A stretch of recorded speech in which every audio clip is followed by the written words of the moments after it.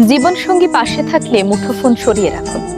যতটুকু সময় পান একে অপরের সঙ্গে গল্প করুন। জীবন নিয়ে কোনো পরিকল্পনা থাকলে সেটা শেয়ার করুন। সারাদিন কেমন গিয়েছে জিজ্ঞাসা করুন। কোনো পরামর্শ থাকলে সেটা বলুন। সংসারের আলোচনা, সন্তানাদি, বয়স্ক পিতামাতা, আলোচনার অনেক বিষয়বস্তু আছে।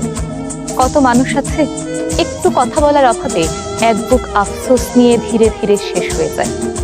ঘন্টার পর ঘন্টা পাশাপাশি বসে মোবাইল স্ক্রল করার নামই কিন্তু একসঙ্গে থাকা নয়। নিজের জীবন সঙ্গীকে সময় দিন।